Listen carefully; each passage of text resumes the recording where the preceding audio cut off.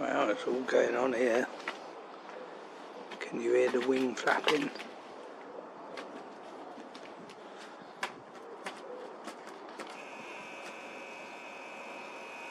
Two rarities. Amber listed wood pigeons fighting.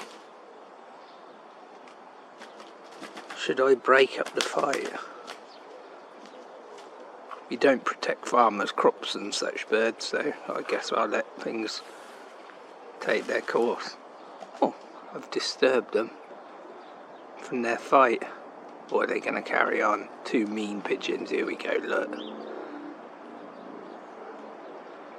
Fighting amongst themselves, like silly conservationists who one says this thing, someone says something else, and the landowner or the land manager in between doesn't get a say.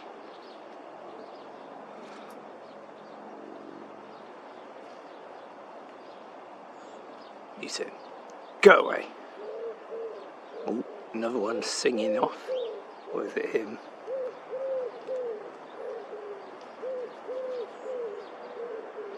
Yeah, he's telling him to bug off by singing at him, and he has, but they're chasing each other again, I think. Got up into the tree, they're not done with. Neither are the people that think they know best about why, or otherwise, we should be conserving birds such as the wood pigeon. And perhaps not other birds that don't always fight each other like this, but just struggle to breed year in, year out. They need all the help they can get, really, those birds. Or some conservationists and others just concern themselves about the status of the wood pigeon and its role in the countryside, arguably. Not urban pigeons, but yeah, there they go. Carrying on squabbling like silly wood pigeons. No, sorry, I'm talking about the wood pigeons, that's right.